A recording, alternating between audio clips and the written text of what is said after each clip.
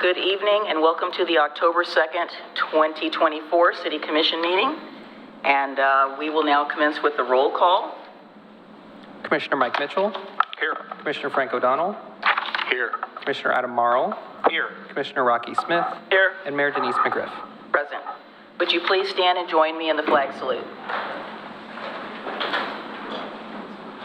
I pledge allegiance to the flag of the United States of America and to the republic for which it stands, one nation, under God, indivisible, with liberty and justice for all.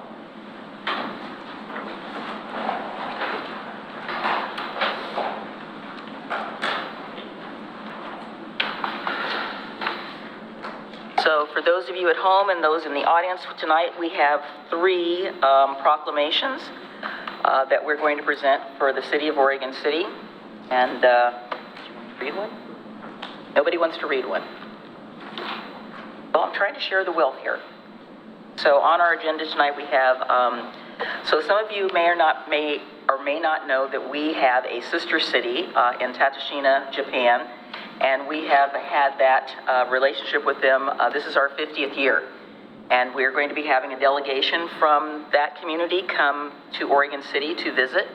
We will also bring home our teacher who's been over there, who's been abroad for the last year teaching in the Tateshina schools, and he will be coming home to come back to teach in Oregon City. So our proclamation tonight is the Oregon City Sister City Friendship Week.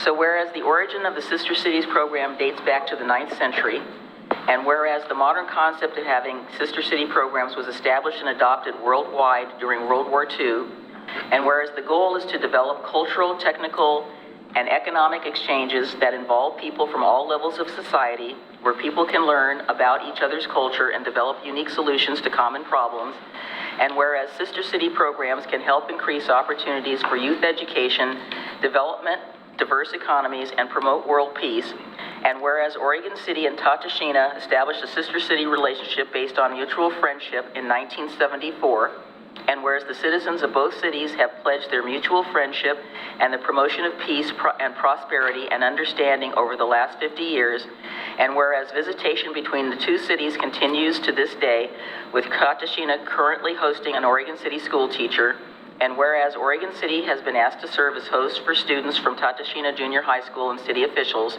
now therefore I, Mayor Denise C. McGriff, hereby proclaim October 12th through 18th, 2024 as Oregon City Tateshina Sister City Friendship Week, and encourage all citizens to show support for the friendship that stands as a continuing symbol to both Tateshina and Oregon City citizens in the spirit of international goodwill that is within us. I will sign this proclamation today on the 2nd of October, 2024. I'll read this one. Okay. You don't have to read them all.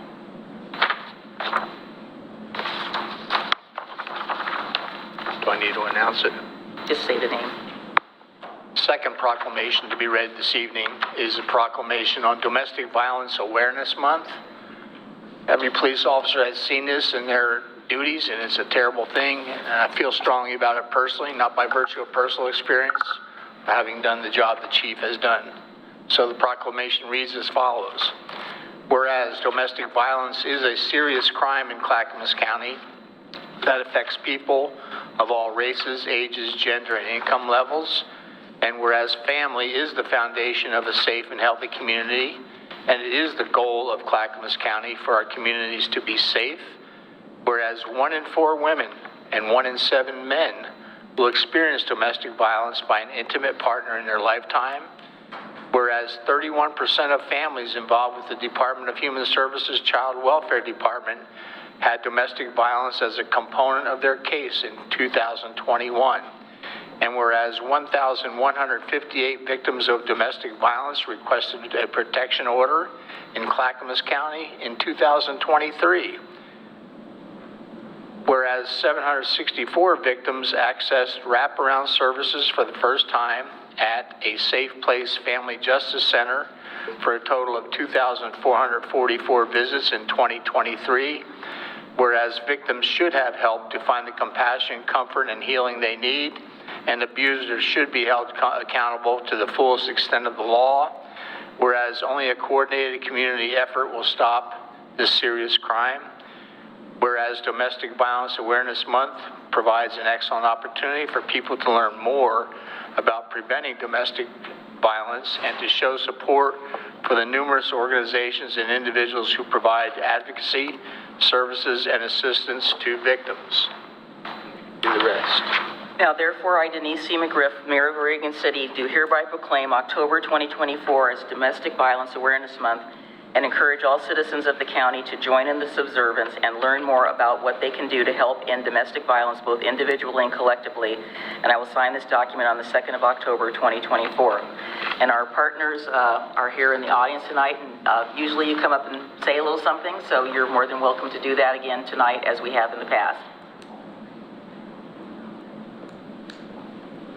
And our city manager has a copy of the proclamation for you again.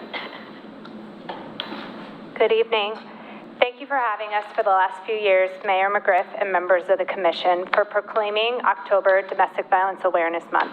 My name is Erin Henkelman, and I am an employee of Clackamas County Sheriff's Office and Director for a Safe Place Family Justice Center. Each October, we recognize the tremendous dedication of advocates and service providers, honor the courage and resilience of survivors, and commit ourselves to standing with them for safety, dignity, and justice. There is still so much work to do, and it will take all of us to do it. We must rededicate ourselves to creating a society where domestic violence is not tolerated, where survivors are supported, and where all people have an opportunity to thrive without fear of violence or abuse. Thank you for being an integral part of this movement. Together, we can change and build a world free from domestic violence. Thank you. Thank you. And I believe our elevator will be lit for the month. It is, yes. In the colors, which is probably already tonight, so. It is. Thank you so much. Thank you so much. We appreciate all the work that you do. Gentlemen, did you want to add any thanks at all?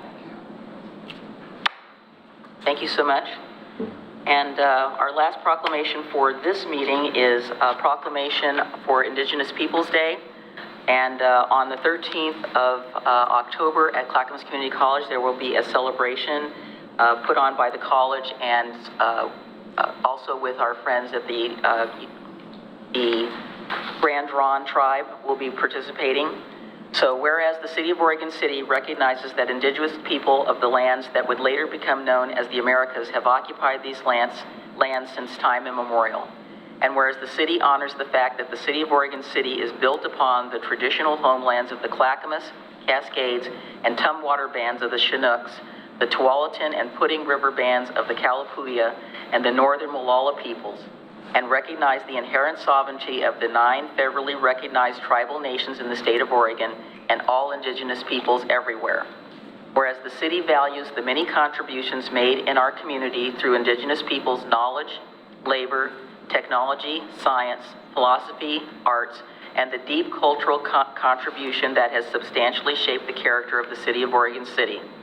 And whereas the city has a responsibility to oppose the systematic racism and colonization towards indigenous people in the United States, which perpetuates high rates of poverty, income inequality, exacerbating disproportionate health, education, and social crises, and whereas the Indigenous Peoples Day was first proposed in 1977 by a delegation of Native nations to the United Nations sponsored International Conference on Discrimination Against Indigenous Populations in the Americas, and whereas the city is committed to protecting and advocating for justice, human rights, and the dignity of all people who work and live in, and vows that Oregon City will uphold the United Nations Declaration on the Rights of Indigenous People, called the Declaration, that was endorsed by the United States on December 16, 2010. And whereas the Declaration recognizes the rights of indigenous peoples to dignity and the diversity of their cultures, traditions, histories, aspirations, which shall be appropriately reflected in educational and public information, and places an obligation in the states to take effective measures in consultation and cooperation with indigenous peoples concerned to combat prejudice and eliminate discrimination, and to promote tolerance and understanding and good relations among indigenous peoples and all other segments of our society. And now, I therefore, Denise C. McGriff, Mayor of the City of Oregon City, do proclaim October 14th as Indigenous Peoples Day, and ask the citizens of Oregon City to utilize this day as an opportunity to reflect on the ongoing struggles of indigenous peoples of this land, and to celebrate the thriving cultures and values of Indigenous people in our region, and to stand in solidarity with Indigenous peoples everywhere and other business organizations, public institutions, to recognize Indigenous People Day on the second Monday in October, and to commit efforts to promote the well-being and the growth of Oregon City's Indigenous population and community. I will sign this proclamation on the second day of October, 2024. As I stated again, the celebration will be on the 13th at Clackamas Community College starting at 11 o'clock. So if you are available, come on down. It was very nicely done last year, and I know that they're going to do another great job this year. The city is working to promote that. So next on our agenda, we have let me flip back to my agenda. We have public comments, and we have received some online, but I want to particularly, see, where did I just set all those? Oh. Particularly like to acknowledge that we have some friends here from Scout Troop 5714, and they have some questions that they would like to ask, so we're going to entertain those under public comments. So girls, if you would like to come on up, you might need one more chair because they'd all like to come up together, strength in numbers. So Olivia Nguyen is a friend of mine. I've known her since she was really little. She's now attending St. John the Apostle School here in Oregon City. So this is a project, which one of them will tell us about the project and why they're doing it. They also have to do it, I guess, I understand, from school. So don't be shy, we don't bite. Or maybe you guys bite, I don't know. So Olivia, why don't you start us off and tell the listening audience and the people because you're on Zoom, what the project is, and then whoever wants to start first with the questions. And so just be sure to introduce yourself and tell us what city you live in. And make sure the mic is where he can hear you, because you have to get close to it, and then you'll have to share it.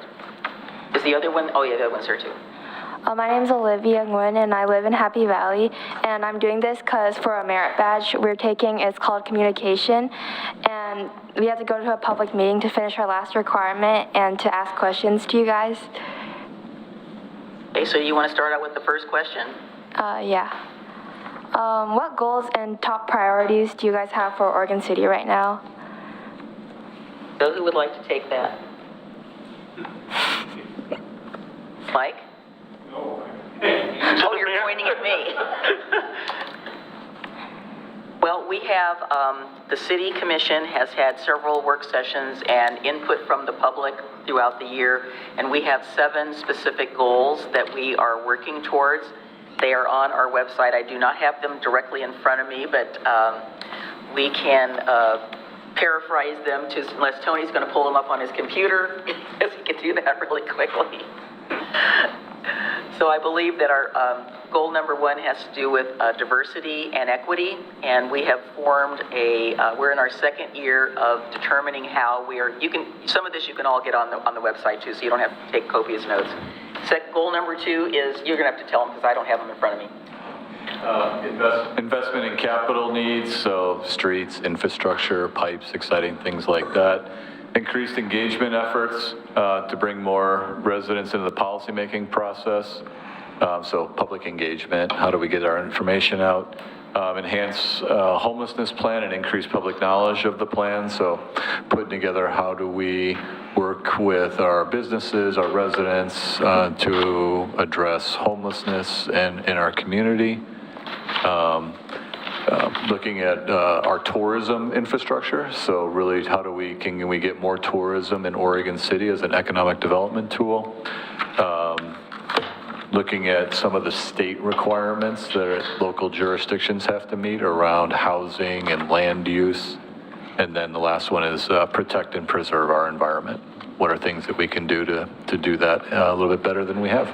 Yeah, and so again, if you need it for further notes, just go onto our website and look up commission goals, and they should pop right up.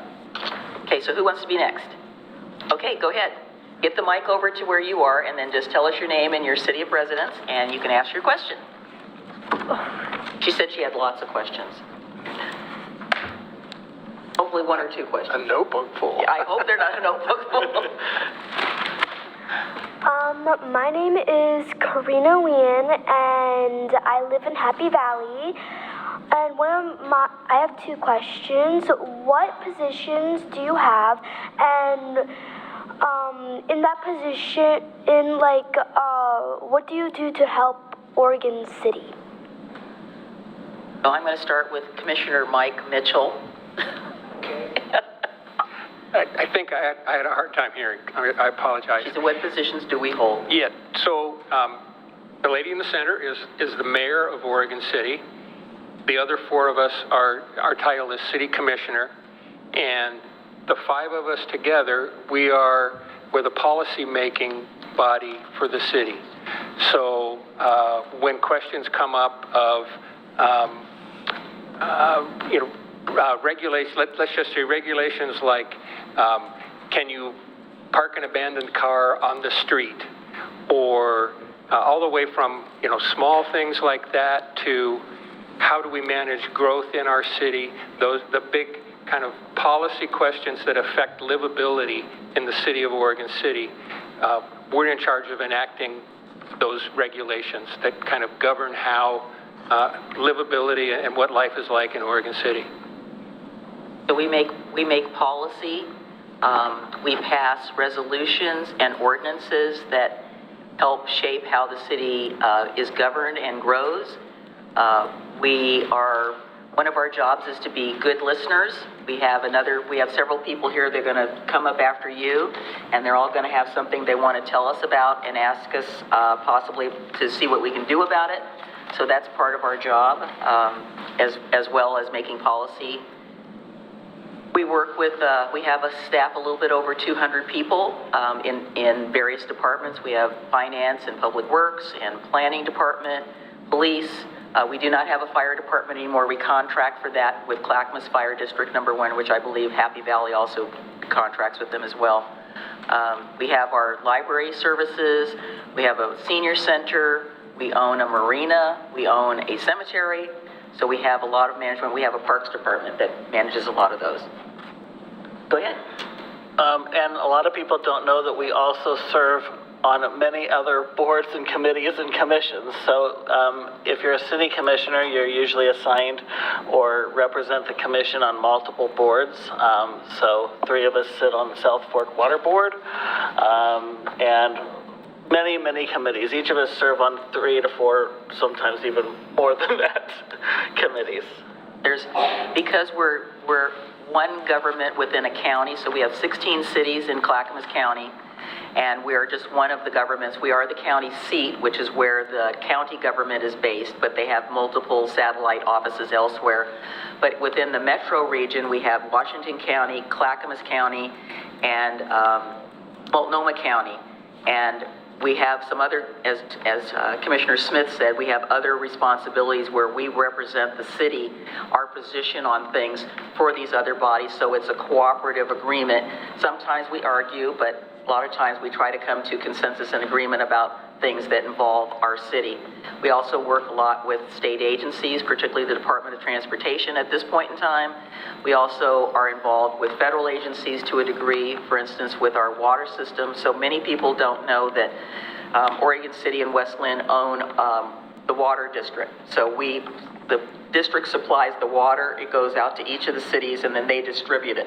And we have a lot of responsibilities and federal regulations that we have to follow with regard to making sure that the water, when you turn it on, it's clean, doesn't have germs, doesn't have other little things in it, and that's pure. So that's just in a nutshell kind of what we do. So who wants to be next? Go right ahead. Hello, my name is So get a little closer. My name is Quinlan Tran. I come from the city of Happy Valley, and I am the ASPL of Troop 5714. My question is, what are your point of views on homelessness in this area? What are our points of view on homelessness in this area? That is a big topic. As our city manager stated, we have a policy. Is it policy number 4? Or is it policy number 3? I can't remember off the top of my head. Where we have, we are trying to address homeless services. We are not a homeless services provider, but we are part of what we consider to be a regional solution. So within our police department, we have a mental health specialist, we have a caseworker, and we have a police officer that is assigned as a homeless liaison. And when things happen, either all three of them or one or two of them are reaching out to people who may be in distress or having difficulty. Our position, I don't know if we've taken a position other than what we have in our goal. We know that it's a regional problem. It's not an Oregon City problem. It's not a Happy Valley problem, but it's a problem that is statewide at this point. And there are many different parties who are trying to address this, but we're trying to do better about coordinating our efforts so that we're not all duplicating the same thing. As you know, probably over 50% of the problems involving homelessness have to do with mental instability, and that is a real problem. People who are in mental crisis don't often know they're in a mental crisis, and trying to get them help is very difficult because they can refuse services. They may not be in their right mind, literally, and they don't know kind of what's going on, so sometimes it's very difficult to get people in to get the help that they need, because we can't, unfortunately or fortunately, involuntarily commit somebody to something that they don't want to because of we have rights. If you want to add anything?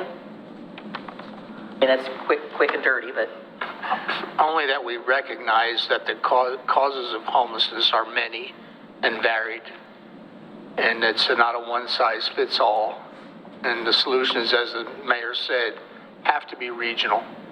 It's not unique to Oregon City, nor should Oregon City be the only provider of those services. That's it. Gentlemen, anything you want to add? All right, who's next? I'll go. Okay. My name is Evelyn, and I live in the city of Troutdale. Not that close to Oregon City, so I don't know what happens in Oregon City. But from what I've heard, there in 4th of July, there's like fireworks, and people have been complaining about the noises from the fireworks, because like there's the elderly and like people who have like trouble sleeping. What would you do about it?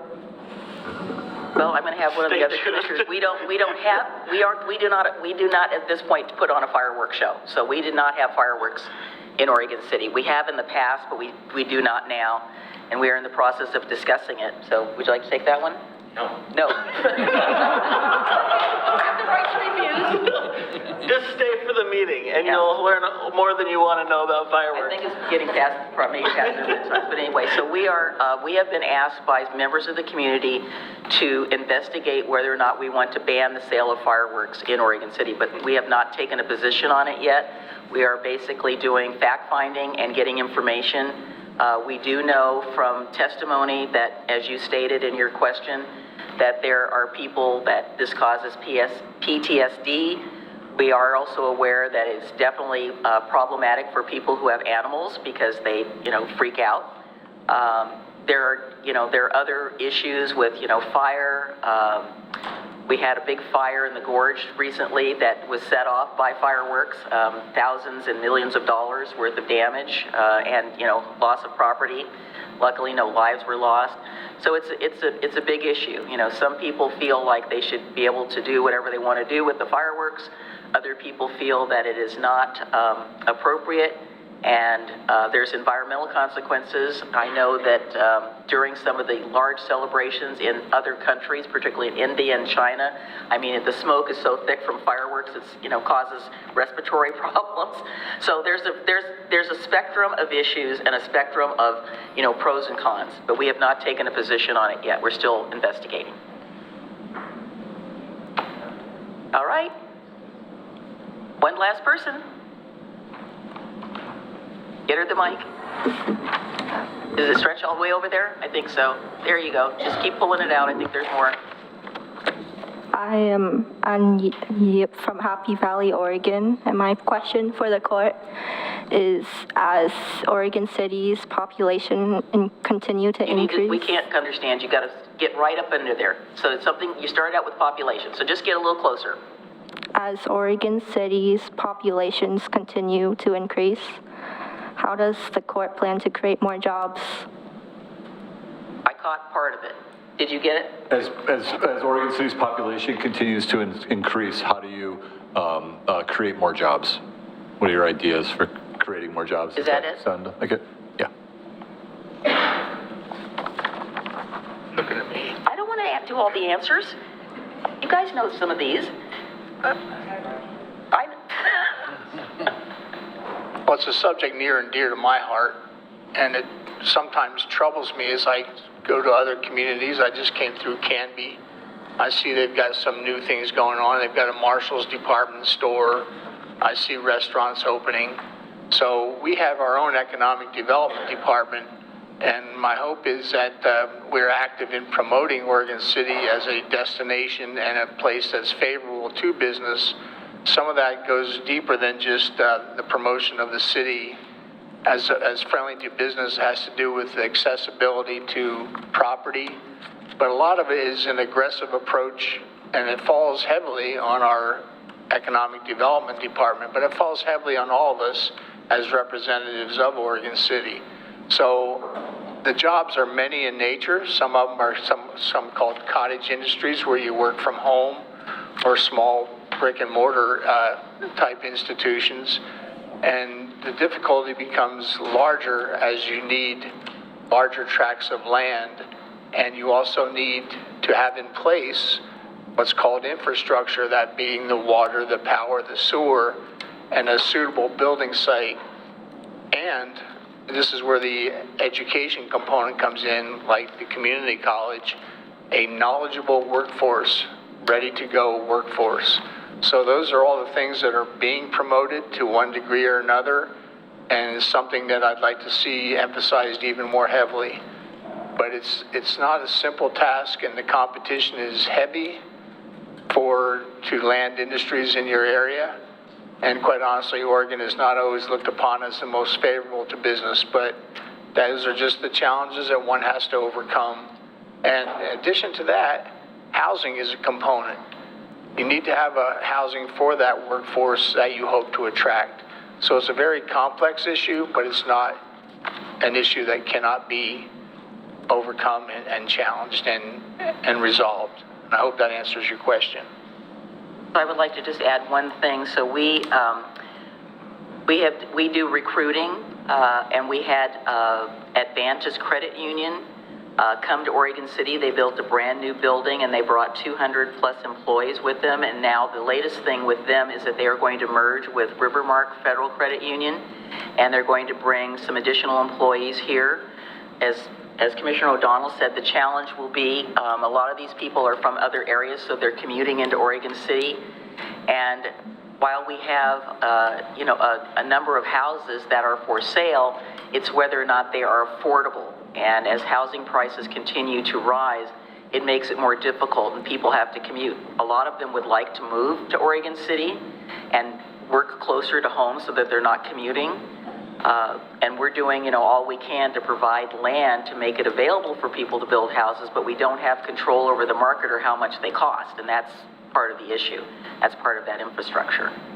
That, again, we can have the land ready to go and planned for it, but we can't set, we don't set the price. We can't say, okay, you can only charge $300,000 for this or this for that. And so people are getting priced out, and they're having to move further and further out and have more and more commuting, which again causes another issue of traffic, which has an issue with livability. People get cranky when there's too many cars and trucks coming through their neighborhoods. So sometimes, one good thing leads to a couple of not so good things. So anything else? Okay, well, thank you. So if you have any other questions, Olivia knows how to get a hold of me, and please feel free to do that. I'd be happy to help you in any way that I can. And thank you so much for coming to our meeting, and thank you for the very thoughtful questions. Thank you, ladies. And good luck with your project. I hope you guys all get the badge that you need to get for this. So while they're vacating, so William, you're next on the list here. Please come forward.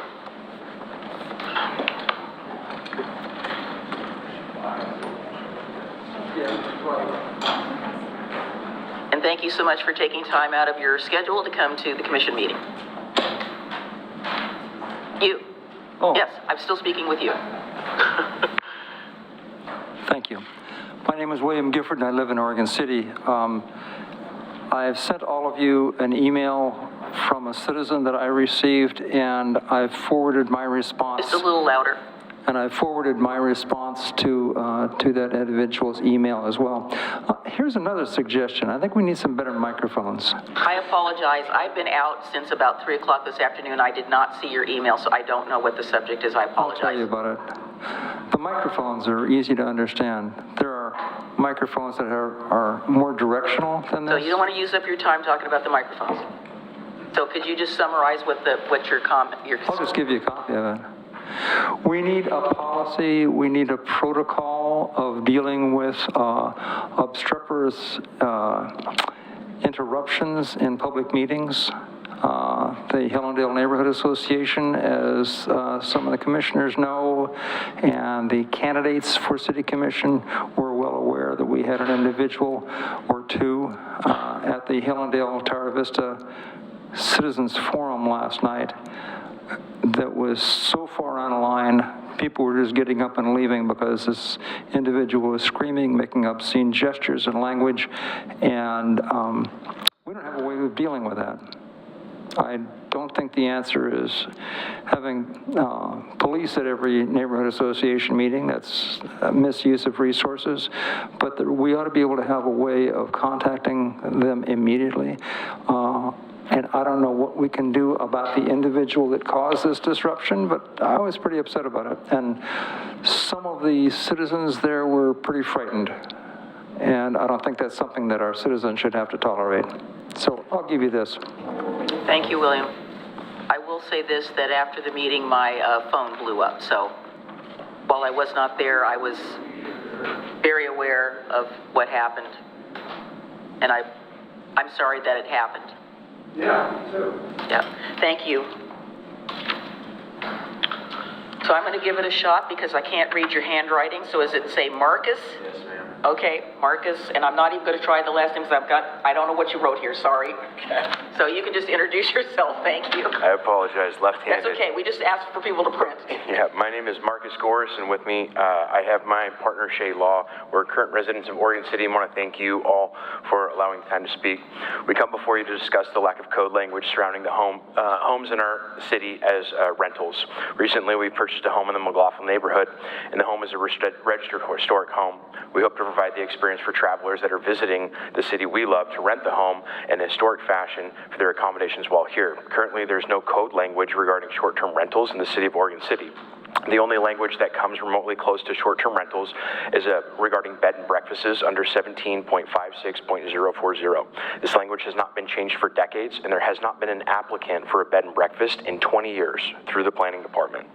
Our desire is to amend the current code language and create a section under residential home use for short-term rentals. This is an opportunity for homeowners to rent out rooms or entire homes for travelers who are coming to our beautiful city without having to stay in accommodations that do not work well for families. We're extremely limited on short-term stays in our city, with only one major hotel establishment located away from the gems of our city. Imagine your daughter or son getting married at Abernathy Center in downtown Oregon City, and your parents and siblings are flying in for the wedding. Where are they going to stay? Right now, based on our current code language, the only place they would be staying is the hotel in town, because short-term rentals are not allowed unless a conditional use permit is applied for and awarded as a bed and breakfast. Based on language for bed and breakfast establishments, one must have structure that is compatible in appearance with surrounding areas, parking available, signage for the business, and cannot exceed 4 rooms, and the owner or operator must live on site. And this comes to an issue. Most short-term rental properties will meet a majority of these requirements, with complication being the owner living on site. Short-term rentals are typically entire homes, and they're not owner occupied. This is not having an owner there will allow large groups or families to travel without having to refinance their homes just to pay for hotel rooms for a summer vacation. Our ask is that code language be reviewed and modified to accommodate homeowners who want to share their homes with travelers to visit our city, Oregon City. We're limited in ability to allow people to experience the greatness of our city, and by doing so, also hindering our local economy and local business owners. We fully understand opening an open policy could, to a growing city for short-term rentals could have a hindrance without any cap, so we have a solution.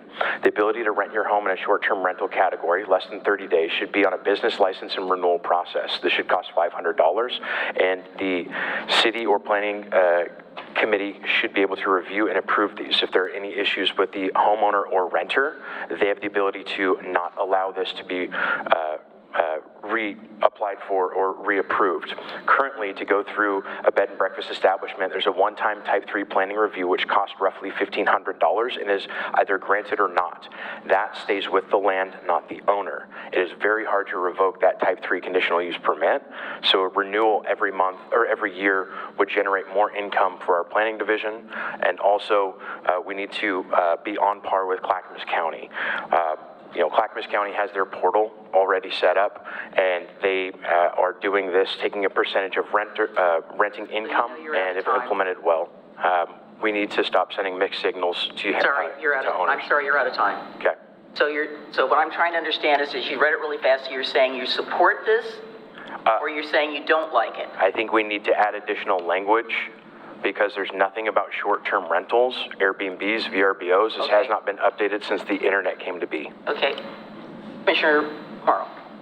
Well, thank you so much for coming out and giving your opinion. I think and this is a conversation we've had before, and I think, I don't want to say that I speak for all of us, but one of the things that you've noted is that we're a growing city, and one of the things that gives a lot of us heartburn is the idea of using the existing housing stock for short-term rentals versus allowing it for the people who want to live here and pay property taxes and be in this community to be able to do that at an affordable level. And so I think we've talked about the possibility of looking at some changes. For me, I personally don't have a problem if it's where someone is actually living and the person is renting out a room in their home. That's a different conversation apart from someone buying these properties and then just using them for rentals instead of using it as a way to expand a very, very restricted housing supply in Oregon City. And as we all know, and as we talked about earlier with the students, this is not just an Oregon City thing, it's a regional thing. And so recognizing that, of course, we want more tourists. We want to make sure that people recognize the gem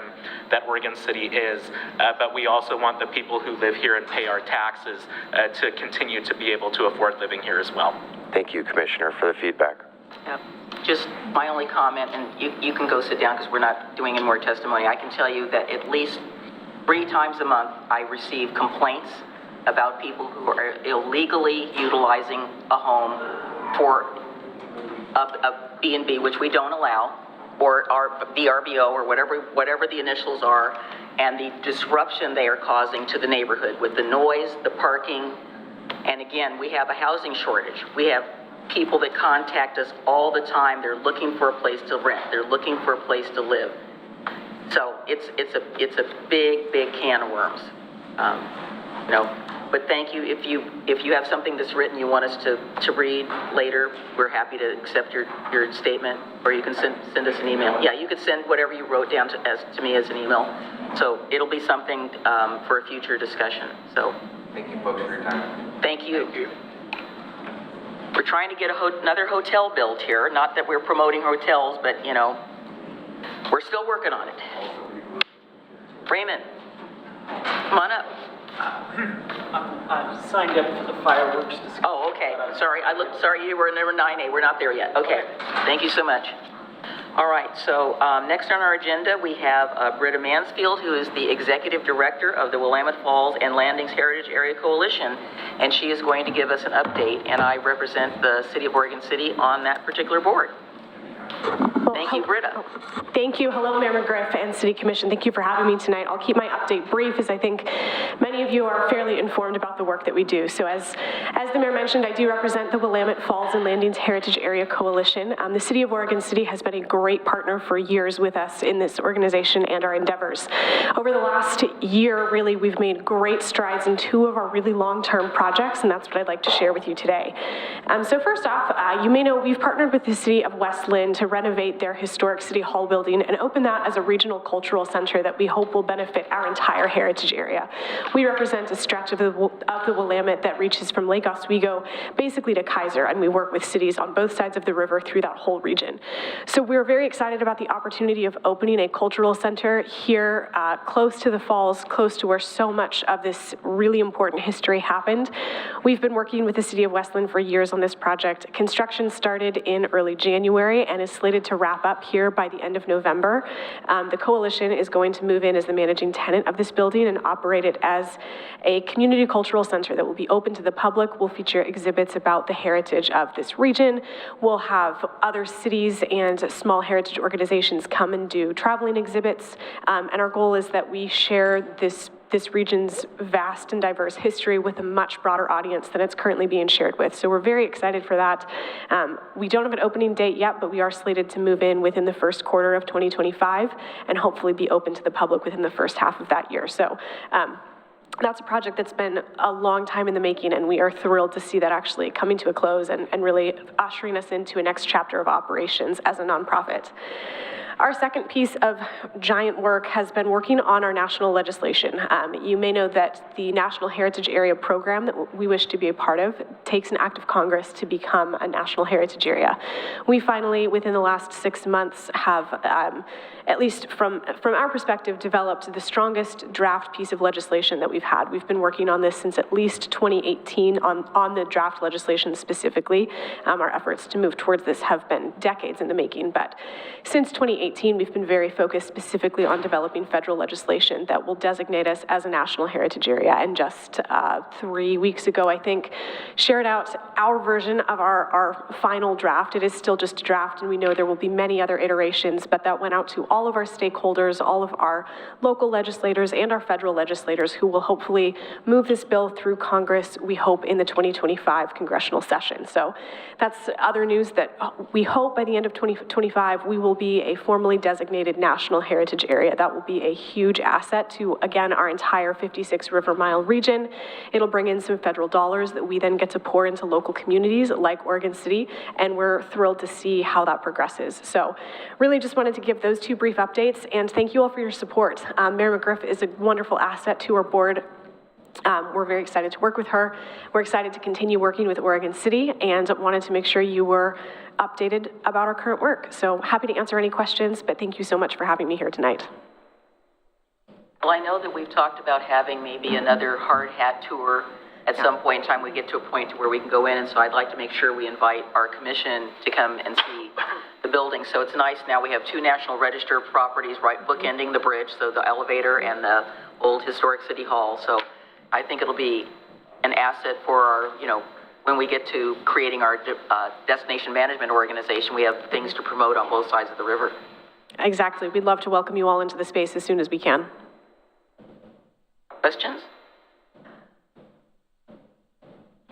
I guess the other thing is that we had talked at the board meeting about when we're to the point to where would the coalition be asking the different jurisdictions for letters of support for the revised legislation? Yes, that will be our next step on the legislative front. We'll be asking all of our stakeholders for letters of support and permission to use your logo on a logo letter. I think that ask will be coming sometime in November or December. That's my best guess. We're kind of waiting through this election season to figure out, make sure our legislators are either not changing or changing and knowing who we really need to work with, but we will be making that ask, I think, by the end of the year. So look for something either from me, I'll probably be on leave, but likely from our board president, Russ Axelrod, or it might even come from the mayor herself. But that will be the next step in partnership. We'll be formally writing these letters of support for this national heritage area. Okay, great. Gentlemen, any questions? Okay. Great. Thank you so much. Thank you, Britta. Thank you so much. Okay, so we have the item number 7, which is consent agenda. So we have an OLCC new licensee, Time Express, which is in the Danielson Shopping Center. Professional services agreement for portfolio advisors for investment services, and Oregon Patrol service agreement for our parks. Is there anything anybody wants to talk about, or do we have a motion?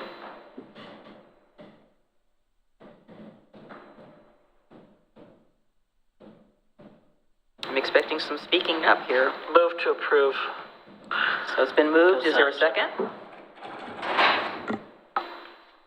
Second. So it's been moved and seconded that we adopt the consent agenda and approve the items. With roll call, please. Commissioner Mike Mitchell. Aye. Commissioner Frank O'Donnell. Aye. Commissioner Adam Marl. Aye. Commissioner Rocky Smith. Aye. And Mayor Denise McGriff. Aye. Motion passes. All right. So we have no public hearings this evening. We do have an item under general business, and it's a fireworks discussion follow-up. As everyone's smirking.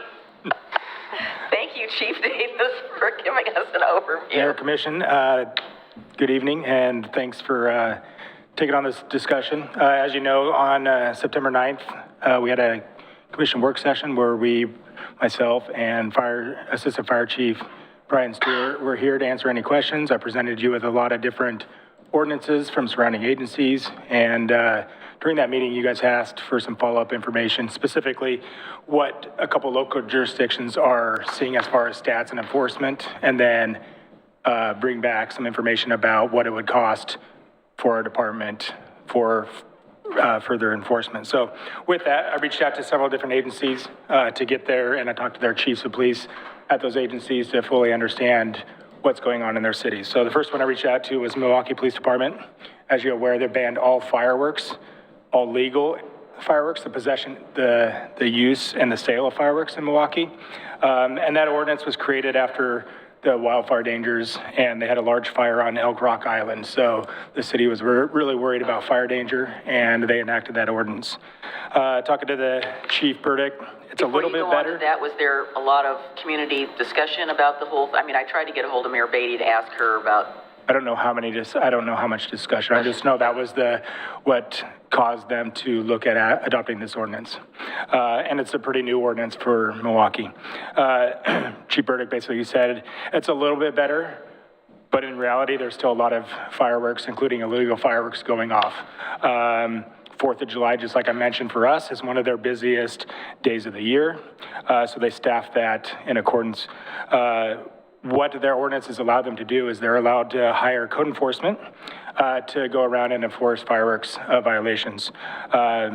He estimates about 5 to 10 citations a year that their code enforcement are doing.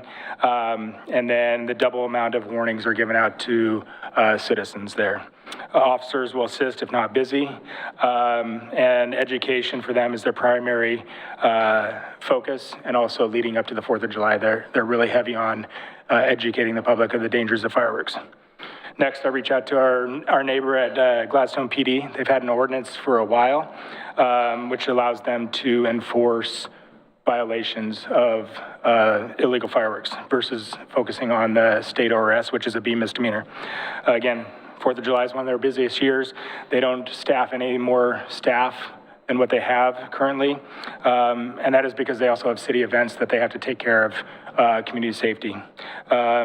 Education is their first priority, and most of the time everyone's cooperative.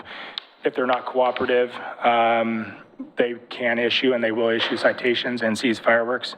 They also, like I mentioned, sometimes these parties, alcohol's involved, and they're not gonna, he specifically said that they're not gonna create a riot at a party to go seize fireworks. If they'll back out and they'll deal with it later. Again, they don't hire extra staff. They'll hold over if they need to because of calls. Their focus is visibility in the neighborhood, and that's been pretty effective for them. But again, still there's illegal fireworks going off in Gladstone. Next, I reach out to Happy Valley. They also have a city ordinance, and I think they probably have one of the oldest city ordinances around, at least in Clackamas County. That started about 2008. They've had an ordinance. Their main focus is that code enforcement enforces those ordinances of fireworks too.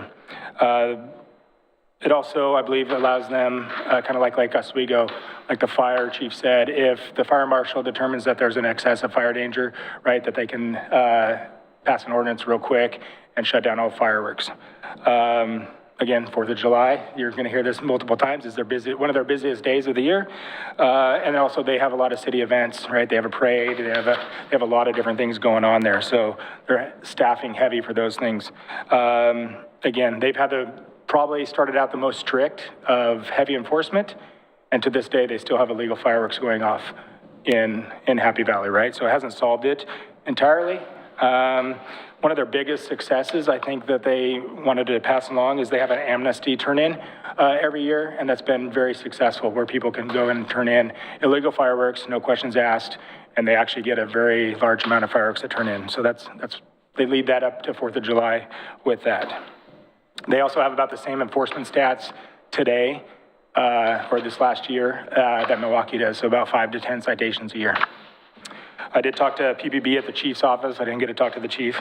Shocker. I'm probably pretty busy. They don't know if they've even written any type of tickets and maybe see some fireworks.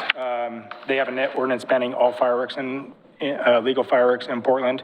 Their focus, they partner up with their fire department, and they're focused on safety and avoiding fires. If egregious or defiant, they may take action. That's what I learned from there. So some common things, I think you heard it, the city ordinance, passing a city ordinance gives the city a different ability and different enforcement mechanism than just using the B misdemeanor, the ORS, to enforce fireworks. It also allows, if it's written properly, that code enforcement are allowed to enforce the laws too, which also helps and alleviates the police from being the ones that are going out there when it is one of our busiest days. Every city said 4th of July is one of their busiest days, right? So, and a lot of cities have other city events like we do now. So staffing, or the lack thereof, is a large component for how cities manage their enforcement.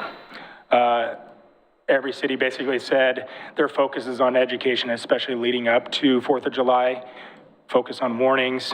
They'll cite if they need to. And then if it's egregious or fire or create some sort of higher level, they will use the ORS, the crime part of that, to enforce it. But as I mentioned, in all these cities, and some of them that have been doing it for over 10 years, there's still illegal fireworks going on to this day. So the other part that you guys wanted to know is about our police department and a plan. And I thought it was important for you guys to understand where we're at today for staffing and what we were for last year. So our FTE is 47 officers currently, and this last year we've had 9 officers in training or vacancies throughout the year. So that's essentially 20% of our police department right there. So you take that out of the equation. So basically we have 38, that includes the chief, admin, detectives, and admin sergeants. So truly we have 28 to 30 officers that are out there that are able to go out and patrol at any given one time, or for a lot of details. If it's a very big detail where we need to, and we know it's coming up, we could also pull some of our detectives, and then admin gets involved too. Like when we had that riot, so we had a lot of officers working. On 4th of July, between our 3 shifts, we had 13 patrol officers working just normal shifts. We also brought in 4 officers for the concert and the laser light show. We didn't know what to expect. I think we all saw how successful that was and how large turnout, so I think that was a good number for us to have there. So with that, we basically had 56% of our uniformed officers working on 4th of July. That's a large amount of officers working. That does not account for officers that were on days off, that were on vacation, or some that were just after shifts, right, where they were spending time with their families. So we have a large amount of officers that have families and children, and a lot of our officers like to spend time with their families. So I just wanted you to understand that 56% currently this last year were working on the 4th of July. And then we wanted to talk about funding. Our budgeted monthly overtime budget is $41,525. For us, because of our CBA and patrol, to staff patrol and to staff the concert and the overtime for that, we spent 31.4% of our budget just on 4th of July for the month of July. What was that figure again, Chief? 31.4% of our budget, our overtime budget, just on 4th of July. Overtime budget? Yes. Of the 41.5? Yes. We spent over $13,000 in overtime on 4th of July. Did you expend your total overtime budget during that calendar year? Yes, because we also go into, yes, we were way over the calendar year. That's what I wanted to know. Plus, we have all the concerts in the park and stuff, so we staff those up. So generally anyways, August and July are our biggest months where we have a lot of overtime. I was just gonna say on the overtime though, remember, Chief's done a great job of hiring up. Sure. But what you've seen is we've been understaffed, so, Our cost per hour goes up. correct, right? So what we're not paying for a FTE position slides over to cover the overtime cost for not having the FTE.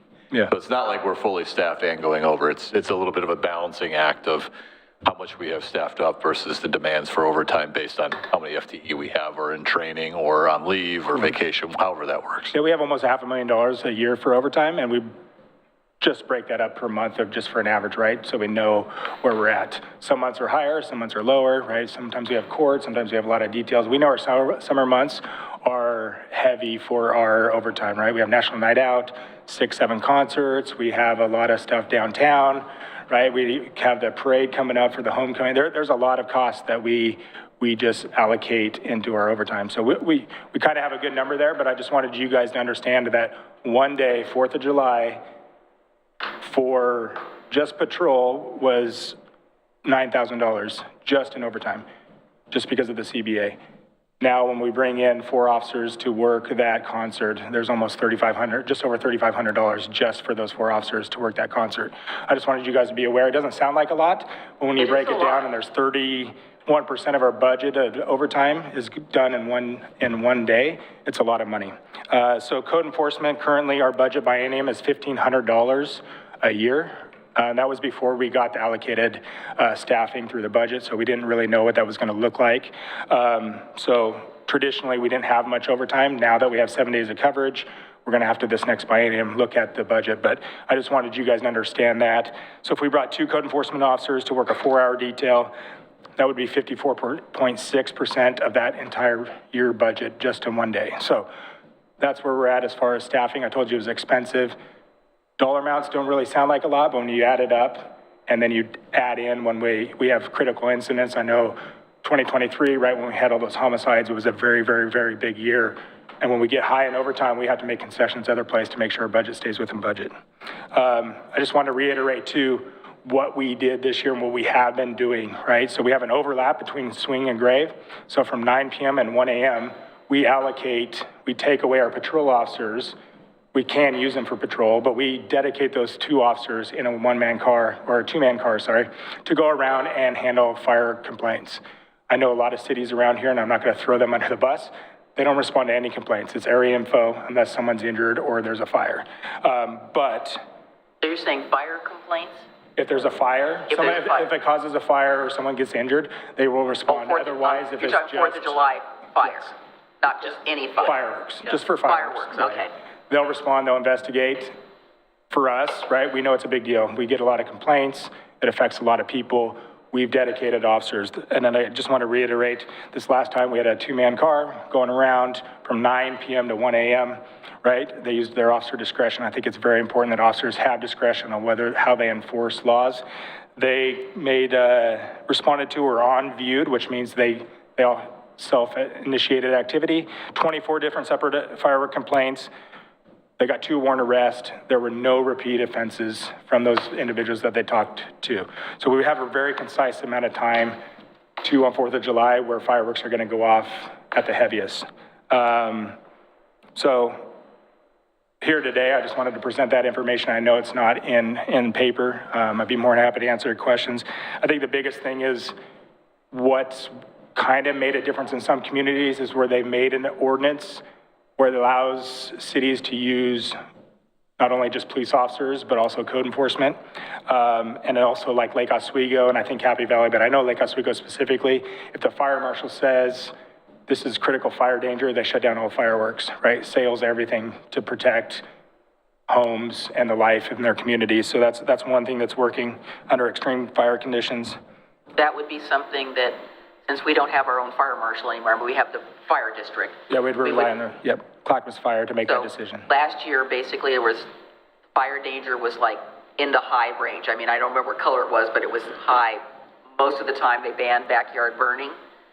and any sort of fires, period. I mean, they just, And I think that would be possibly, and I mean, we'd have to. no, I mean, they understand did. what That's what happened last summer. Right, but I don't know if it was that 4th of July, when that took an effect, right? It was at the beginning of the summer, and it went all the way through till it started raining in late September last year.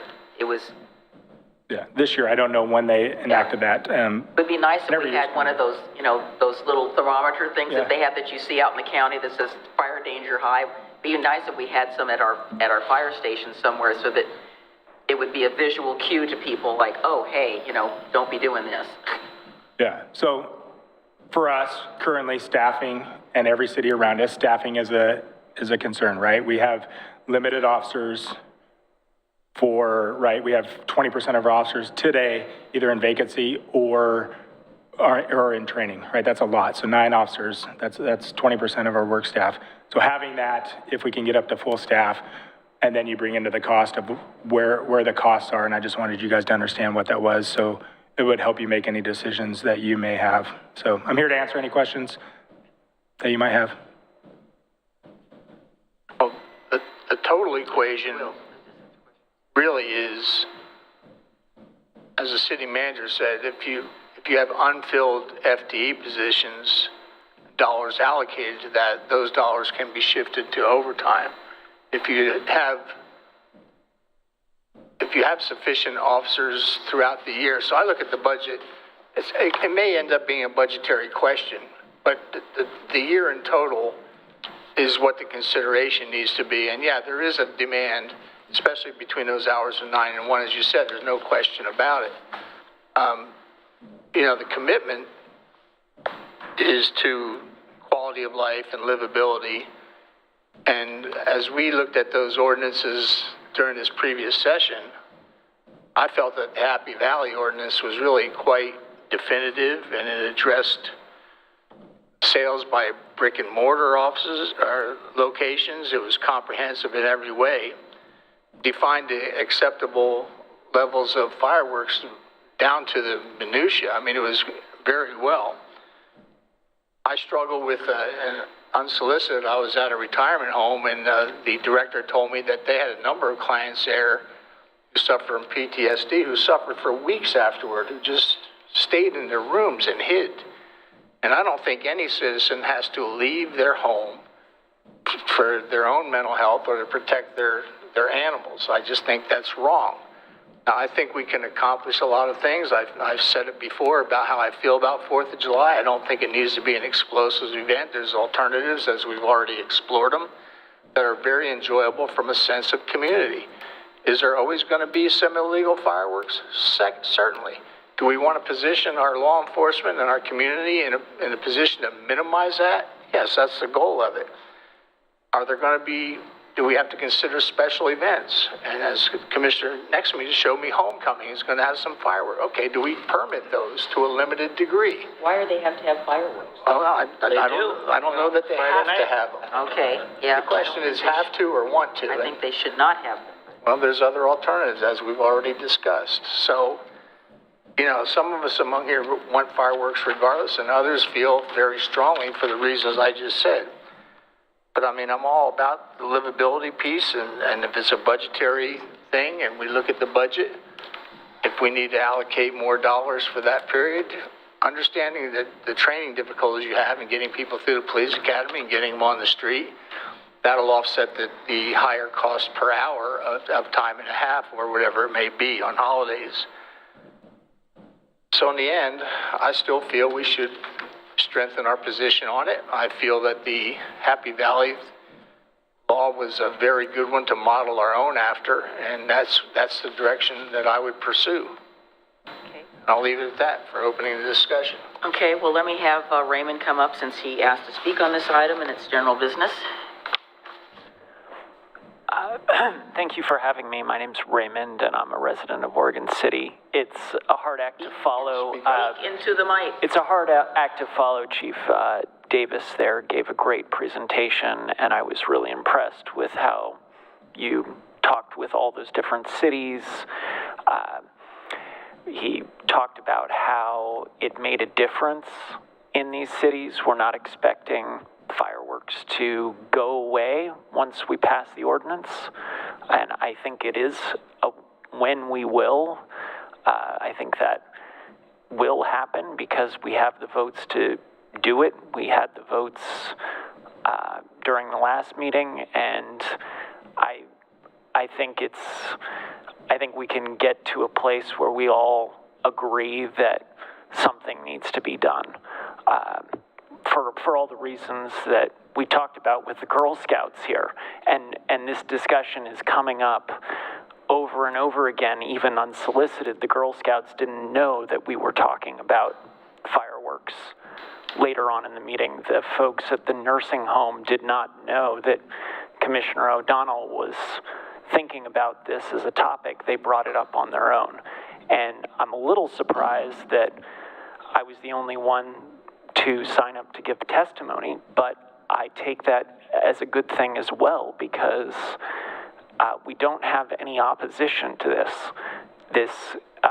Anyone in the community who has seen it on the agenda, has seen videos from past meetings, has seen how there are several people on the commission who want to have some sort of a fireworks ban, and if anyone had a problem with it, they had several opportunities to come here and give testimony. In fact, there's been lots of public testimony, and I think the commission has received some emails as well saying that we should do something, and do something before the end of the year so that it can take effect for the coming season. So,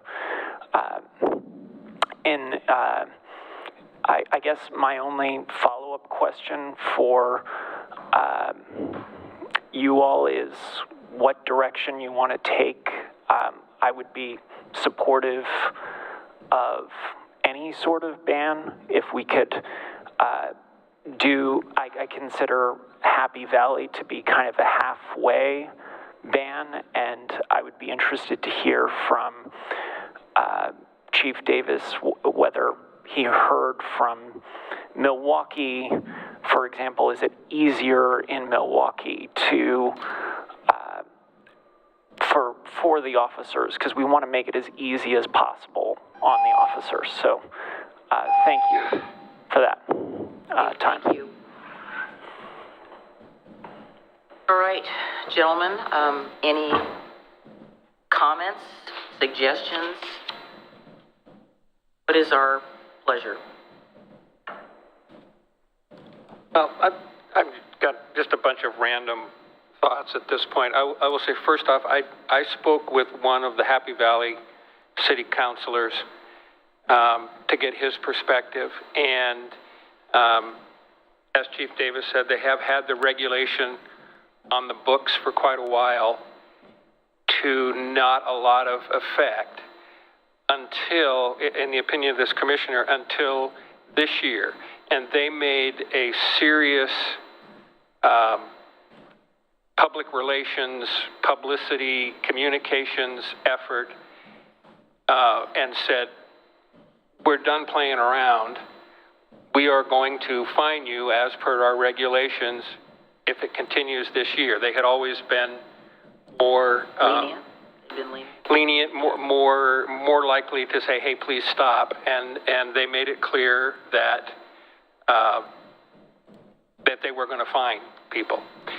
Now, this commissioner was not aware if they actually did end up finding anyone, but I did ask the question from but he did say that in his opinion, the problem got dramatically better this year as a result of their communication effort. So there's that.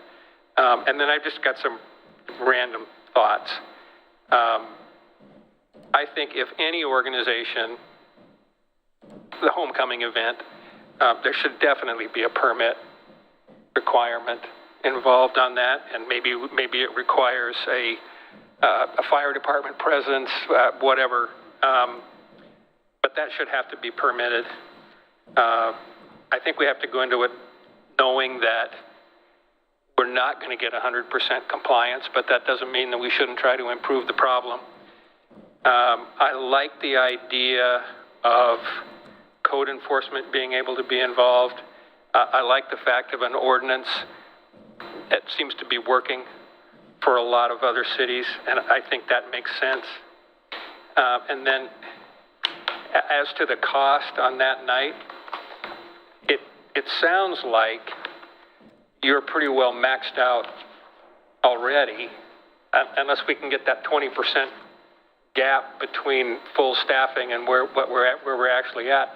So I guess as a practical matter, it doesn't seem like you could spend a lot more on overtime because you don't have the people to put out there. Yeah, currently today. So two things. Yeah, currently today it's going to be very tough, right? Again, this would be a mandatory. I don't see a lot of officers volunteering to come in and do this because we have a lot of officers that when they're off, and especially on a premium holiday of like 4th of July, Christmas, Thanksgiving, it's harder to get officers in, right? They're doing a lot of things with their families and stuff like that. So sometimes, right, we were able to make that concert a mandatory detail, right? So we got people to come in to do that. We can do some things, but I don't see the rest of the 40 to 44% of the officers coming in to do that, right? We also have to keep officers on standby for the next shifts and that kind of stuff. So yeah, it's a very difficult thing. Yes, as far as homecoming and if there's fireworks, yes, the state fire marshal, there's a whole process. It goes to me, it goes to the fire chief, it goes to the state fire marshal. So there's a whole big plan when illegal fireworks are lit off for an event that is permitted. And so. And that's already in place?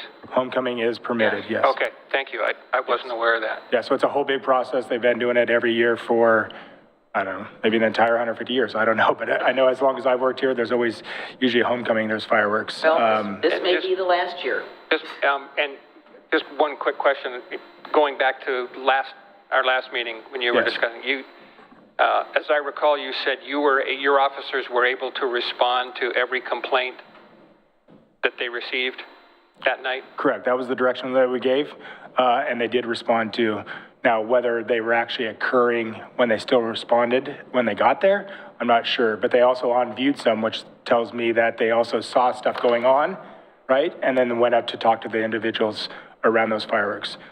What we see a lot of times, and I talk to other jurisdictions, is when they walk up there, right, maybe it's in a cul-de-sac or whatever, and they didn't see who lit those off, everyone's going, I don't know, right? Sure. So maybe the enforcement mechanism is, hey, we take those fireworks, right, the illegal fireworks, and an ordinance could allow us to do that, right? And then we dispose of them later through EDU. So, I mean, that could be one enforcement mechanism, and right? So a lot of times people aren't going to fess up and say, yeah, give me a ticket. That's just not in the human nature for a lot of people. So, so there's different components. If an ordinance is written that would allow us to do things a little bit easier, as Commissioner O'Donnell said. So yeah, and I think it makes sense to have your officers have that discretion.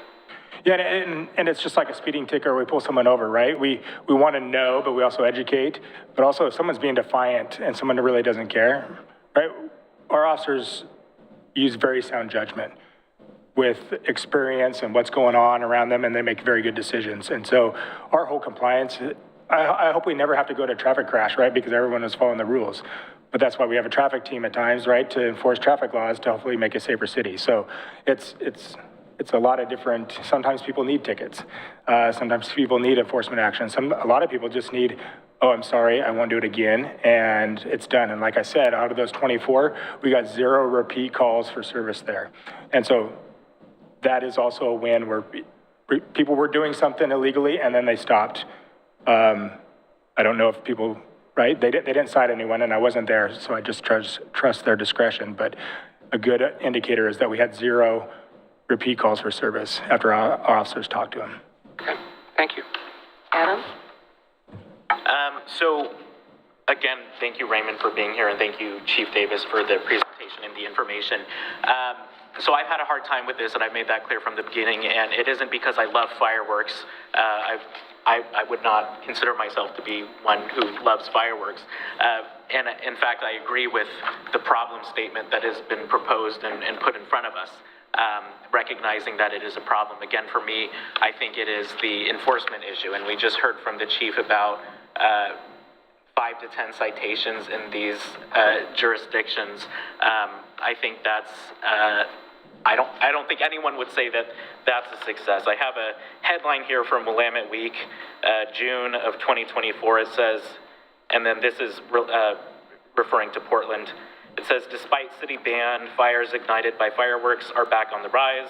And the subheadline is, in fact, the number of blazes caused by fireworks last year was higher than before the ban went into effect. So my problem here is, how do we put something in the books that we can enforce? One thing that I think is still missing that we need to have input from is from the police union.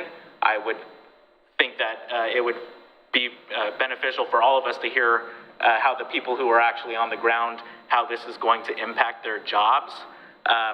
That's something that I think has been missing from this conversation.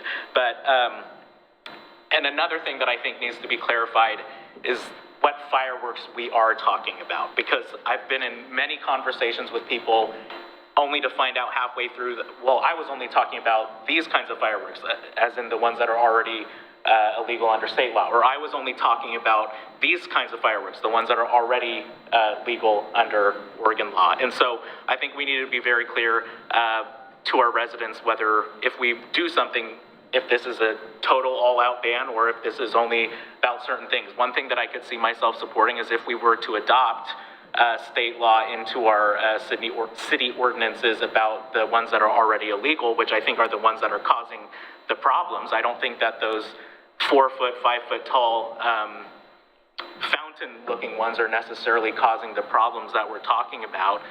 If we were to adopt that into our city ordinances and give our police officers the ability to confiscate and to fine for those, I would be totally supportive. But when it comes to these smaller ones, that's the one where I have the issue. And again, we heard about the very small amount of citations that have actually been written. And so for me, I would like us to do something. I would like us to find an ordinance to pass to respond to this. I would also like it to be informed by the people who are going to be carrying it out on the ground. And I would also like to be confident that this is something we're going to have the resources to actually put some confidence behind. Because we heard the numbers about the collective bargaining agreement, and we've heard the overtime. And then meanwhile, we're going to have a conversation soon about if we want to pay insurance for the canines. So, I mean, all of this comes back down to one budget. And for me, that's a much bigger conversation than just waving a wand and saying, they're done. So, again, I would like us to do something. It's just a matter of what that is. Rocky?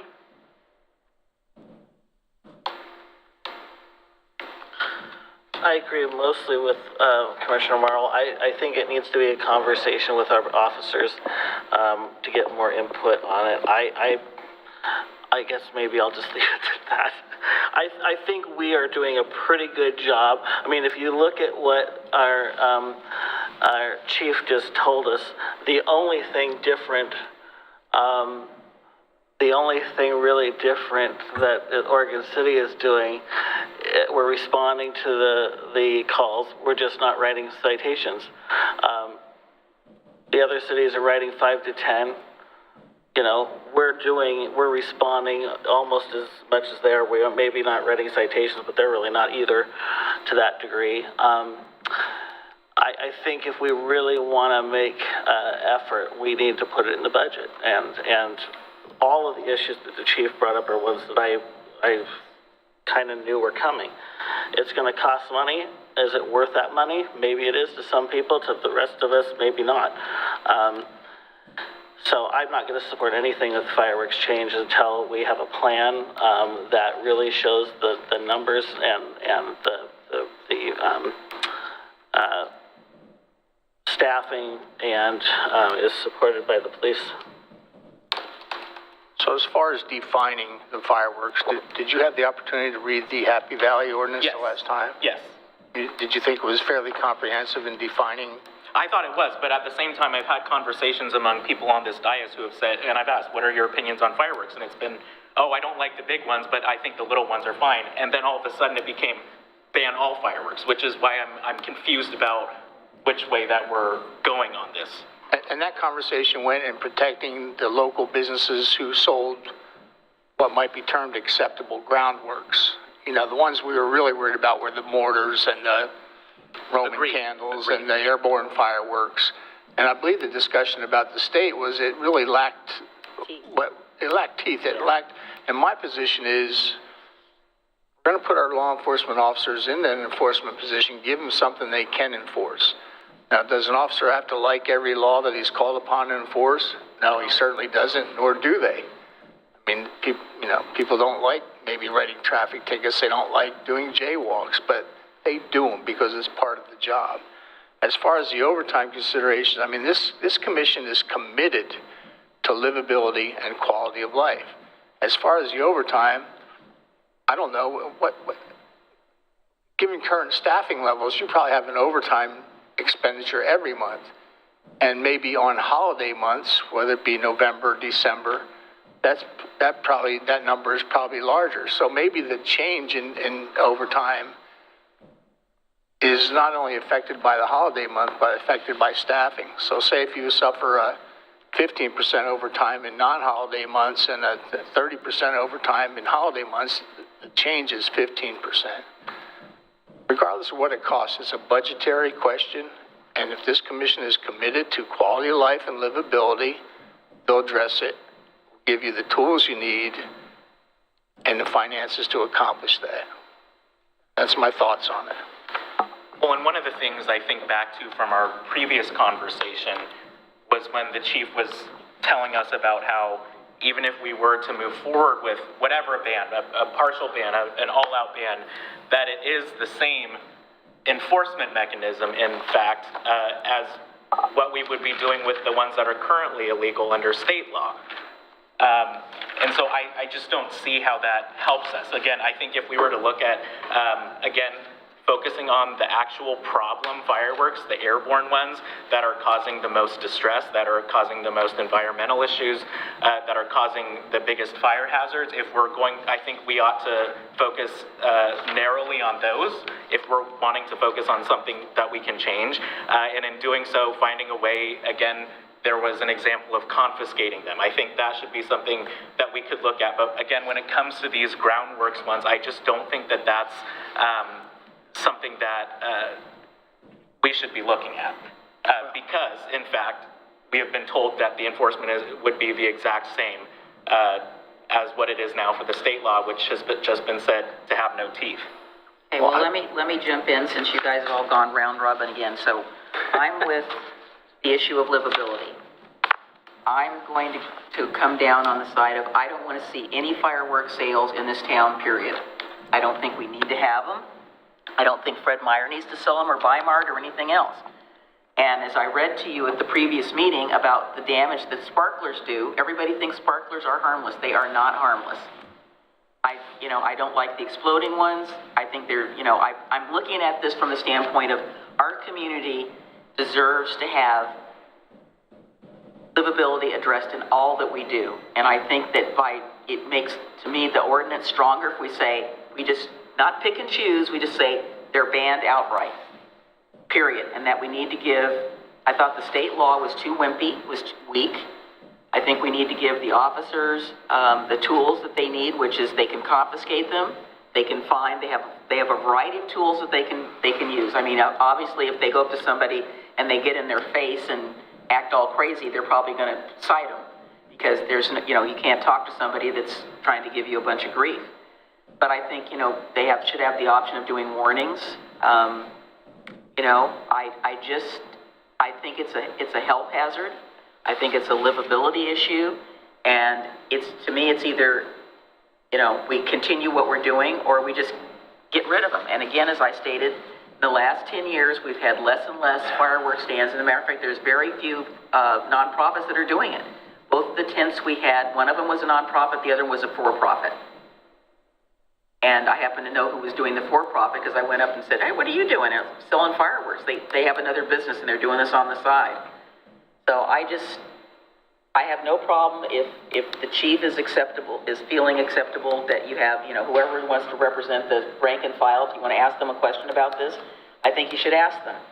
long as the chief is feeling comfortable with that and see what they say. But I think we either, we need to go, and I don't want to just do something. I think Happy Valley's law could be a little more strengthened. I think it could add a little more teeth to it. That gives our officers the tools to do what they need to do, and they should have a variety of options. So that's where I'm coming down. I don't think we should allow them, period. I don't want to pick and choose. Because somebody will say, well, what about this one, and what about that one? So, just, they're done. I'm not prepared to go that far. I think if you're talking about the livability issues, 90% of the livability issue is from the aerial big explosion. If we were to magically wave our magic wand and those all went away, we wouldn't be hearing from our citizens about fireworks on 4th of July, because the issue is not, and I understand there's a fire hazard to sparklers, you can burn your hand. There's a fire hazard to having a barbecue. Exactly. Right. But my point is, the livability concern comes from the illegal fireworks, from the big aerial stuff. And I want to see us, with an ordinance, give the police department the tools that they need, allow code enforcement to be a part of it. And if we're able to get that under control, that is the livability question. Yeah. The neighborhood kid with the sparklers or the under 5 feet, whatever it is, isn't the issue. So I'm not prepared to go for a full ban. Those can still cause fires. I understand that. Okay. I'm giving you my opinion. Yeah. And on the budget question, I don't think there's anything else in our budget that we take to a granular level of one night's cost. The chief spends $500,000 a year, doesn't spend. Your budget is in the vicinity of $500,000 a year for overtime. Some months, depending on staffing levels, some months are going to be higher, some months are going to be lower. There's special events in somewhat, not in another. We don't manage our budget down to that level. So to be worried about the budget impact of one night overtime, I think that takes the budget to a granular level that we never go to. So I'm not worried about that. Overtime is going to be what it's going to be, and you'll staff that night the way it needs to be, and hopefully, we have a mild winter and you don't have a bunch of overtime dealing with traffic accidents or trees down on the highway, whatever. We don't know. That's why it's a budgeted amount. Sometimes some months it's high, some it's not. But I agree with get you on concerned that. about the budget up for one night. I think that in terms of budget, I'm like you, I'm not interested in micromanaging it to that degree, but maybe there is a bump somewhere in the budget. And when they put together their proposed budget, they can adjust that accordingly. It won't be listed as, fireworks patrol or whatever, but they can adjust it accordingly, but not to that. I agree with you. We don't need to go to that level, but maybe there needs to be some additional funding. We've also heard, from our Parks Department that if we want them to be managing these events, we need to put some dollars to that, because they can't manage it with the way that they're doing it now. It's going to be burnout and overtime, and so there needs to be maybe an event coordinator. I don't know, but I agree with you. So I'm recommending that we ask staff to put together something in an ordinance that takes in some of these components that everybody's talked about, and we can discuss it. I agree with everything Commissioner Mitchell said. However, I'm a little bit wary of just limiting it to airborne works, because there's some highly explosive works that are on the ground, cherry bombs, M80s, and that ordinance, to take the best of any other ordinances like Happy Valley's, there was a definition there of explosive content, and I wouldn't mind including that. As far as the education component, huge. We have the best education component we've ever had in Jared. He's doing the best job. In my 8 years of service here, I've never seen anybody do a better job. You get ahead of it, you get the word out, you make sure it's well known. And I think we can do this. And I think to do nothing is not the answer. No, I agree. Just to be clear, I was I didn't articulate it properly, but that was my intent, was the higher explosive. Right, I understood. I just wanted to items clarify being- for the yeah. audience. And we put in something too, that if the fire marshal makes a declaration of no burning or whatever, that will include fireworks. I think that's a good idea as well. I mean, I think, you know, and again, like I said, next time I see Assistant Chief, I'm gonna say, gee, could you put in your budget to put some of those signs up? Because I think visually, people see that there's no ban, you know, burning. We had a few calls this last year about people burning in their back. I don't know what the hell they were doing, but they were burning stuff in their backyard, but we had a burn ban. And they go, oh, we didn't know that applied. It applies, it was countywide. I mean, it was countywide. It's like, no, we had high fire danger. So. And the truth is, fireworks is not a 9 p.m. to 1 a.m. issue. No, it ain't. It's like fireworks month. Yeah, it's not a one-night issue. So, I mean. So was that clear as mud, Tony and Bill? Okay. So I guess what I heard, aerials, And explosives like M80 type of. Anything that's blowing up. Explosives. Well, you've got different opinions, because the mayor has articulated wanting to ban all of them, and I think Commissioner O'Donnell as well, but there has been a different articulation. He's taking the middle road. No, not all. He can take a middle road. Explosive content and airborne. Yeah. And that's. So not an all-out ban. No, Okay, but I'm saying, but what you're saying is different from what the mayor is saying. Yeah, but. And so that's why I'm trying to get the clarification. Right, so how would that apply to sales? I'm not talking about sales. Well, We can put some language in there, and then we can kind of all look at the language and then wordsmith the language.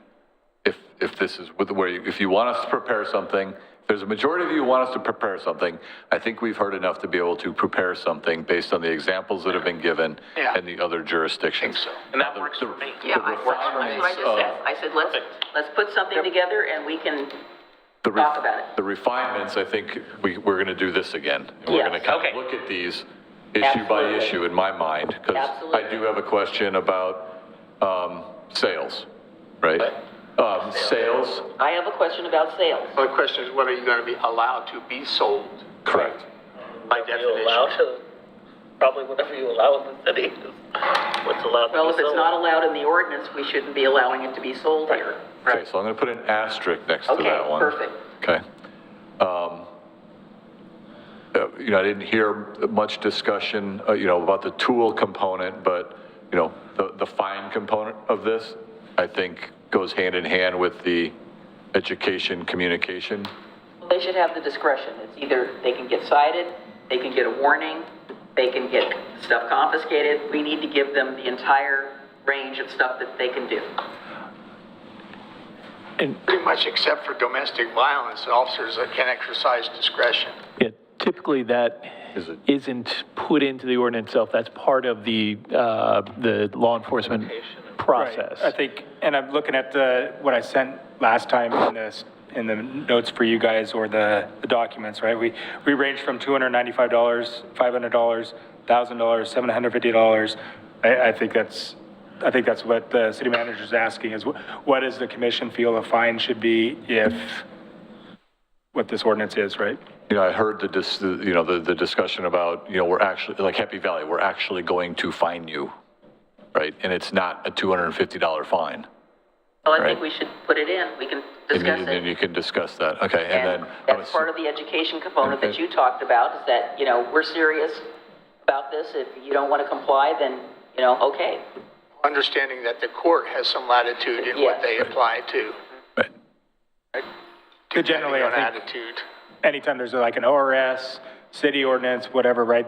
It's always a fine up to, right? And then the court, the judge, she has a lot of discretion, just like her officers, of hearing the story and making a decision of up to, right? She can't go above that, but she can go up to that, so. Right to the line. Okay. I think we've got enough to bring something back that will inspire some discussion.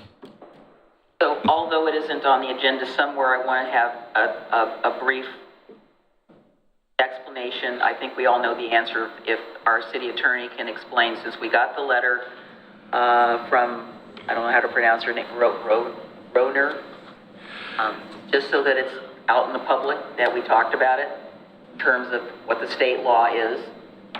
That's all, the only discussion I want to have about it, other than, you know, And this is about the house on Warrior Drive, where they're, and where it's alleged that it's going to be Xed. yeah, and that's part of what we're doing now is trying to get more information about what's happening out there, because what is happening, you know, informs what we can and can't do.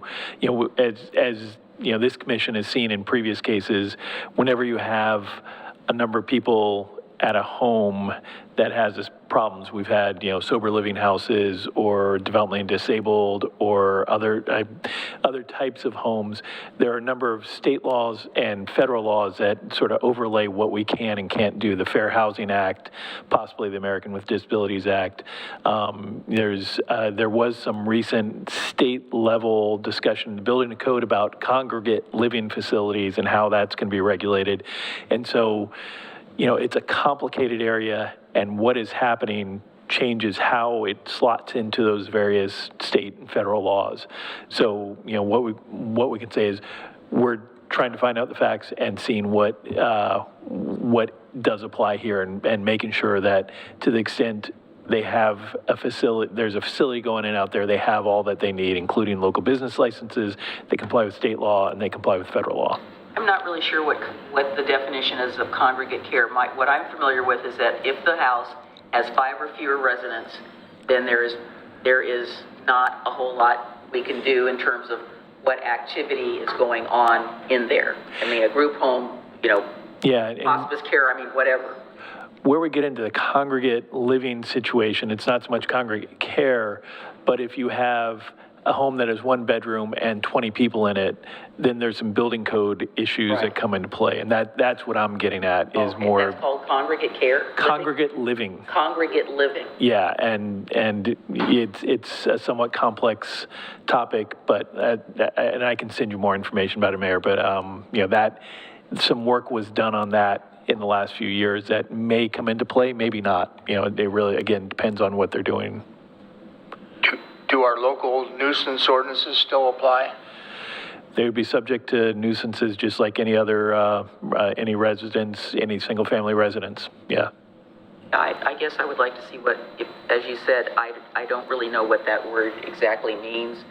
Matter of fact, I haven't even submitted it to staff, but I've gotten several inquiries about a property where somebody took a room and divided it in half and made it 2 rooms, and then they converted a garage to this or that, and there's like way more people than quote unquote the carrying capacity of this particular house with 1 bathroom or something to that effect. And I said, turn it into code. Turn it into code enforcement. I'll try and get something to you further about that. What's interesting, you know, we were also provided a link to Willamette Week story, and don't know if that is what's happening here or elsewhere, where, you know, what seems to be going on is there's a fair amount of money about dealing with homelessness, and whether some of that is just homeless people moving into the neighborhood and not the previous situations where you've had, you know, sober living or developmentally disabled or those types of things. And that's sort of a new twist that we haven't seen before, and how that plays into these various things, I don't know. I think we could all stand in education on that, on what operational guidelines apply and who monitors and who enforces, and does there need to be supervision present, and what the ratio of that is, if any, and those kind of things. And, you know, if, again, depending on what it is, there may not be any supervision required. It's sort of, you know, like if you have a group of friends who get together to rent a home and, you know, or a person sublets their bedrooms to somebody, there's no supervision required. You know, however, depending on what the program is, where the money's coming from, and there may be things at that level, and there may be other ways to address it. Okay, that'd be helpful. Okay. Okay, anything else? I think the only other thing anything else under communications? The only thing that I guess some of us have to report on is that 3 of us were at the meetings that the Joint Legislative Committee on Transportation had in Happy Valley last week. Seems like it was just yesterday, but it was last week. I went to the jurisdictional roundtable, and it was quite interesting. It was an invite only. They asked us some of the questions that were on that list that we got from the state, basically asking us what are, what are things that we can't control? What do we feel our most high priorities are? There were 4 questions. We only got to 2 questions. I did put in the comments that I was asked to put in regarding Beaver Creek 213, Redland Road, I-205, tolling. I talked about the need for transparency, and I said, we're not kidding, because if you want us to get on board with you, if this isn't transparent, our community have already told us they don't trust you, and if you don't do something different, you're not getting anywhere with your legislative package, and that was reiterated by just about every public official that was there. So that's kind of my quick and dirty summation. And you guys were at the one at the high school? Yeah, the public comment one, and we both spoke and hit a lot of the same topics. Protecting the 50-30-20 split, and this was an interesting distinction. It's not widening 205, it's completing the project on 205. I use those specific terms, not widening, but completing the project that as it was originally proposed and approved. And the third one, and it came up both from Commissioner Marl and myself and a lot of other people, is the fact that there is no trust in how ODOT spends the money, and it needs to start with an audit of their operations and how they spend the money, because there's going to be an ask at some point. I was looking right at Chris Streckler when that comment came up at ours, just to see if he was, he got any reaction to him. All I saw was an eyebrow go up, but I was watching Ryan Weinsheimer, who's the Regional 1 guy, and he was like, I could see kind of, but yes, there was a request for audits. I'll just say I'm filling in for Commissioner Marl tomorrow evening at the C4 meeting, and one of the topics on the agenda is feedback from county staff on how that meeting went, what the message that the committee members may have gotten from what they heard, and what next steps might be. Yeah, Trent was in our meeting. Yeah. Anyway, I'm not even feeling cautiously optimistic about it. I'm just feeling like, okay, but what did they learn in these 12 road shows? Is it anything that's going to be of value to our local jurisdictions, and did they hear what we said? I guess that's the 2 questions I have. Rocky? Homecoming weekend, and homecoming parade starts at 5:30 Friday. I don't know what homecoming weekend is, so is it this coming weekend? This weekend, yes. Okay, the weekend this of weekend. The 5th and 6th. So Friday night, you have the homecoming parade at Gardner, starting at Gardner, 5:30, down Lynn Avenue to Jackson, across Jackson to Stadium. And the game starts at 7 o'clock, Lake Ridge versus Oregon City. And apparently a fireworks show during halftime. Possibly the last. We'll see. I kind of laughed when I just saw them on fireworks at the stadium. Oh, yes. So it's in our neighborhood. And let's see what else. Oh, it's also the 150th anniversary for the school district. They're celebrating that this weekend. So Saturday, all of the schools will be open for tours, 11 to 1. All the Oregon City schools will be open for tours to celebrate the school district's 150th. And then Eastham, or what will be known as the new OXLA, Oregon City Service Learning Academy. That's their new location in Eastham. They're having the main celebration for the school district from 1 to 3 on Saturday. I'm going to be making a small presentation about some of the unknown history of Oregon City schools. And there's going to be events and things going on Saturday. Do you have that book that Alice wrote about schools in Yeah, actually I do. Yeah, the school district did. I shared it with them, but they already had it. There's several books, but there's a book about that. So I'll take some things from there. But and then one last thing. it is already sold out, but I'm going to do my annual library talk. It's full. They had 50 seats. They're gone. But they usually film that. It's Haunted History of Oregon City that I do a talk every year at the library. So that's October 15th, but they'll play it. Or they'll have it online for people to watch too. So I wonder why the school district hasn't gotten anything out about all of these activities on their, you know. Because the only thing they're talking about is the bond. Yeah, that's true. They are doing both. Speaking of audits, it would be nice to see an audit of the expenditures from the last bond, how they allocated and what they accomplished. This is a big ask, and it's going to hit big in taxes. The only other thing I'd ask is if there's any citizens interested in the future of the elected officials, is the VFW going to hold a candidates forum? Does anybody know exactly when that is? It's during the middle of the day. Yeah, in the middle of the day on Friday the 11th. Yeah, at the VFW hall. It's a meet and greet sponsored by the Chamber, DOCA, and OCBA. Is it the typical ask questions of the candidates? I think it's the same format. Was it 1 o'clock in the afternoon or 1 o'clock at the VFW, and then that is the round robin questions to all of the candidates. And then at 3 o'clock at Oregon City Brewing is just a meet and greet, shake hands. Kind of a Friday the 11th. Big for. And there will also be soon up on the Willamette Falls Media Channel 30-minute interviews with each of the candidates. For those who would like to get to know their candidates, it's worthwhile. Yeah. And just for the word out, so Monday the 14th, we will be closed. Aren't we closed on Indigenous Peoples Day? We're not? Okay, well, the federal government's closed that day.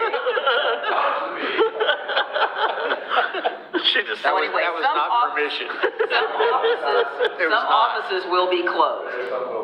Banks will not be open. Post office will not be open. So, okay, well, if there's nothing else, I'm going to call the meeting. So we are adjourned. Thank you, everybody. You remember the VFW thing, didn't you?